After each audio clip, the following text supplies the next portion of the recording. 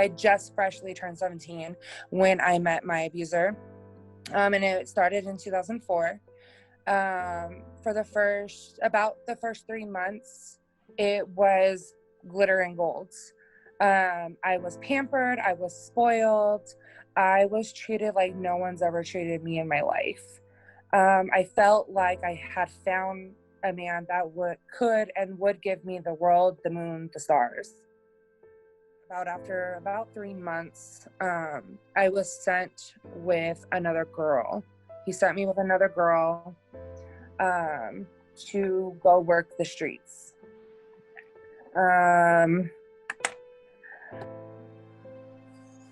He kind of explained what was going on. He gave me a lot of rules at the time, what not to do, who not to look for, who not to look at, who not to talk to, what I could and couldn't do with customers, tricks, johns, however, which way you want to call them. So I didn't know how to react or what to do. I thought of leaving, but I literally had nowhere else to go. I had already left my mom's house.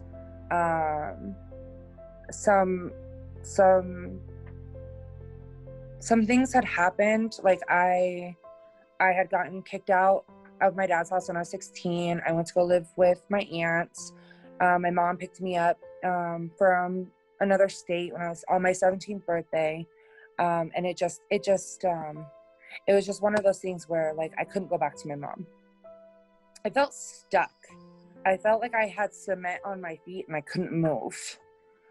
I was supposed to start my senior year of high school that year, and he made sure that he drilled it into my brain that I was going to make all the money in the world and I was going to need school. And this is coming from someone for the first 3 months that I had learned to trust, learn like what I thought was love. I loved him. It was just me and him. I hadn't been introduced around anything else. So this is what I knew. So I trusted that his word was going to keep me safe. So the first time that I went out with this girl, and I was mortified. Like I was scared. I was terrified. I wanted to run screaming to someone, but I had nobody to go to. So at the same time though, I had an adrenaline rush because he hyped it up. He made it sound like this giant adventure that sounded like, I don't know, like a movie of how a movie would go, like how Pretty Woman, there we go, that movie. When I and this girl had gotten picked up by the very first person off the streets, I actually threw up. We got to a hotel, I threw up, I was crying, and he actually found enjoyment out of it. He actually asked the other girl to leave, and so she walked out of the room, and he literally told me, "I'll pay you extra if you keep crying." I didn't know how to react. I didn't know what to do. I didn't know how to get myself out of this situation. I was 17. I didn't know anything about this world. I had no clue. So I didn't know how to, I don't know. I didn't know how to stop it. And that is like, literally, that is one of the most horrible days that I will probably never forget. It is like one of those imprinted days that will never leave my brain. I remember the guy's name. I remember what he looks like. I remember how nasty his breath smells. I remember what the room looked like. I remember what hotel it was. I remember his car. And there's a certain type of cologne that I cannot stand to this day because of that man. And I couldn't understand how someone could take pleasure in watching a young girl cry.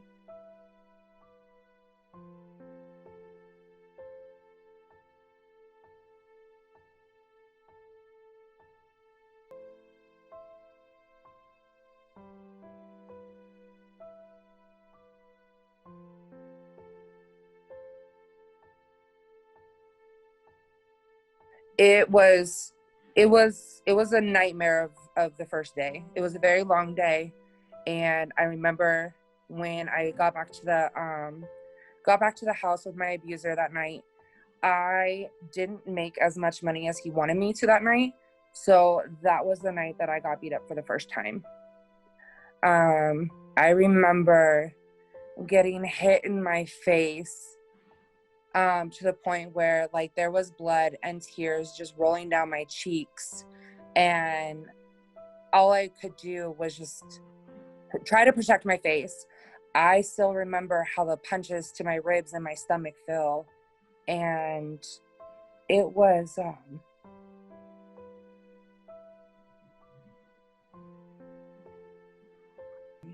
the day that I felt like my soul was broken. I felt that every hit that I had to endure that night, a piece of me just broke.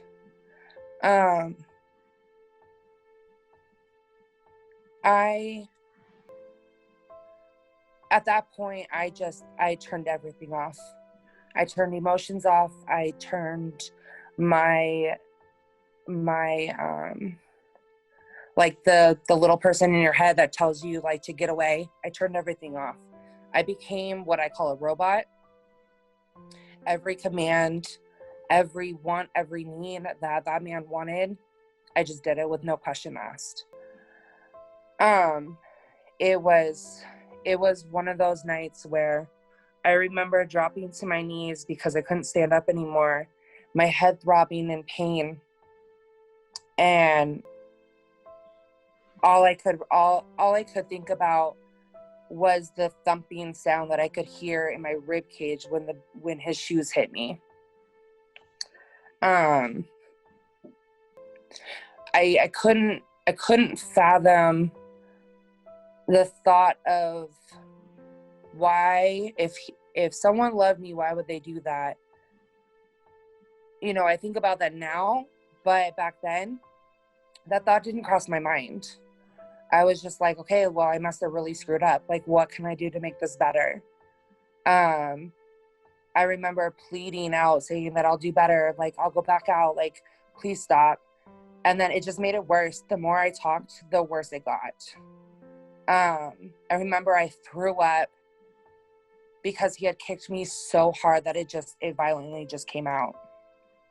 I remember getting choked out, and I woke up because he choked me to the point where I passed out, and I woke up. He had picked me up and put me in the bathtub, and I had woke up, and he's sitting there and telling me that I must stay in the bathtub until I stopped bleeding because he didn't want blood all over the house. I had gotten picked up and I was raped. And the guy had held a knife to my throat, and I tried to fight as much as I possibly could, but the guy was a lot bigger than me. I tried to fight, it didn't work. He did still pay, and so I told my abuser that. When I got home that night, I got bear pepper sprayed from head to toe and put into a cold shower for 3.5 hours. I tried to escape from the bathroom, go into the room, at least get dressed, and try to get out the bedroom window.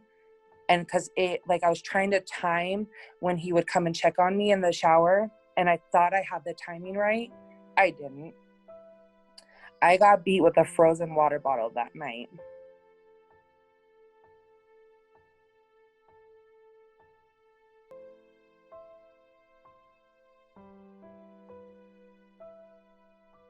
For 4 years, I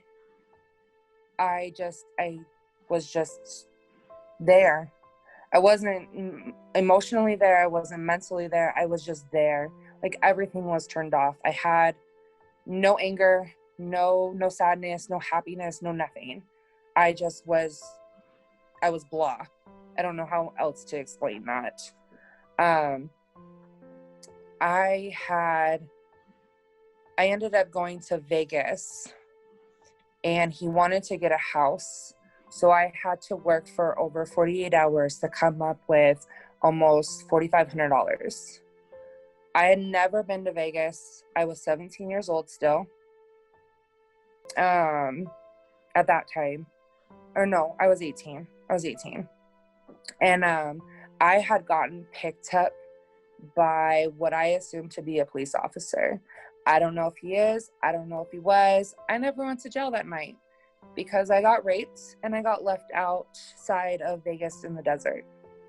I had to call a person that I knew that drove a taxi to come and help me because I was pretty beat up. I got back to the house and my abuser made me sit in the living room naked, and I was pretty much a human ashtray.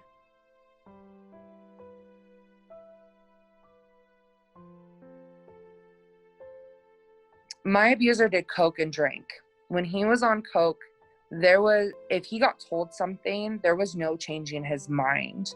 It was, you had to repeat that story exactly how he heard it or you were wrong. When we got to his dad's house, I got dragged out of the car by my hair into the house. I had gotten beat up so bad that I couldn't move. He then picked me up and put me in a travel trunk. I don't know how long, to be honest. All I remember is I went in at dark and I had been in there. I had to fall asleep and I did not come back out until it was daylight. So I don't know how long I was in there. He threw me in the shower with cold water. I sat in there for 8 hours. At this point, I'm pretty pale. Like, I don't have really a lot of color to my skin. At this point, I was blue. I was shivering. I just remember I was so cold, I couldn't talk. And he was trying to ask me questions about the same thing he was trying to ask me the night before, and I couldn't answer. And because I was so cold. And I just remember looking down at my fingers and they were so blue that I was trying to sit there and like blow on them, but I couldn't even get breath out. Next thing I know, I'm getting hit upside my head with a 2x4. It went on for a week. I got locked down in this basement for a week and I could not move. Finally, he had dragged me upstairs by a swimming pool at his dad's house. He tried to ask me the same questions, and all I remember is coming up from air because he was trying to drown me and seeing his dad come around the corner of the house in his robe with a machete. And I don't know if it was to save me or if it was to save his son from killing me. And I tried to run through the woods.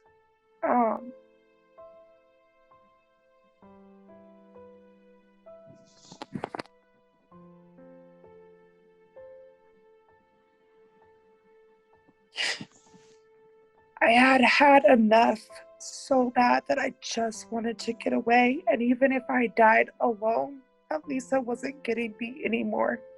I remember I had like ran into sticker bushes and my feet were cut up so bad. I remember the throbbing pain I had on the bottom of my heels from stickers being shoved in my bottom of my foot. I remember the branches of tree limbs scratching my sides and my arms, and I fell. And all I remember is someone coming up from behind me and grabbing me by my hair and my leg and dragging me back through all of that. I got put into the trunk of the car and taken to another house.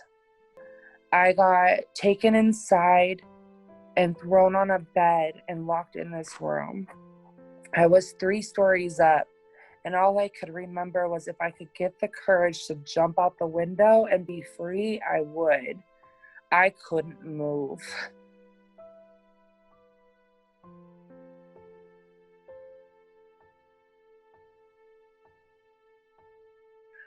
I was so terrified to go to sleep My face was so badly beaten that I felt that if I went to sleep, I would not wake up.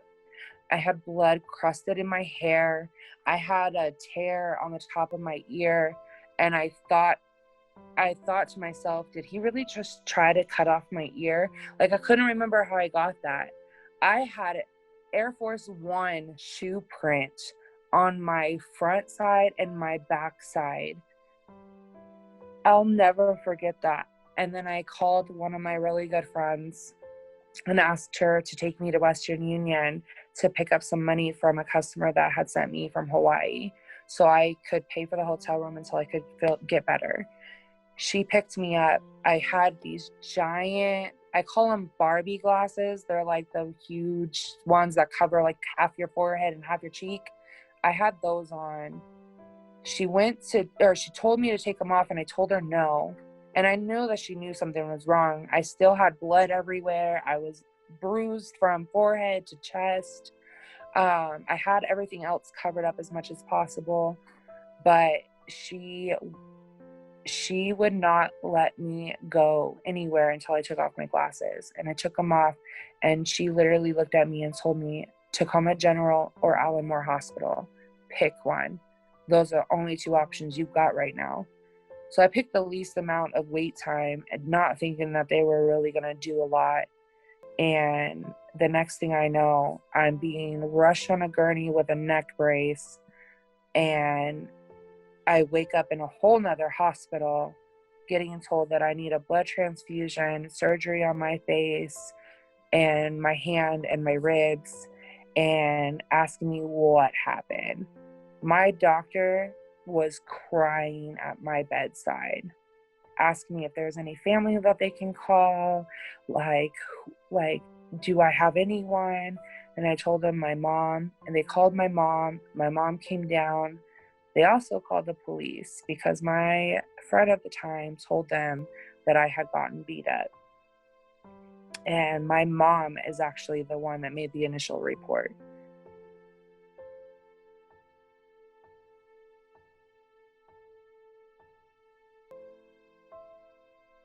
I just remember the cops coming in the next day right before I left for surgery, trying to take pictures. They were moving me, and all I remember is yelling at them to leave me the hell alone, get out of my room. I was crying. It was bad. I didn't know what else to do, and finally I caved. And the night that I went in for surgery is the same night he got arrested.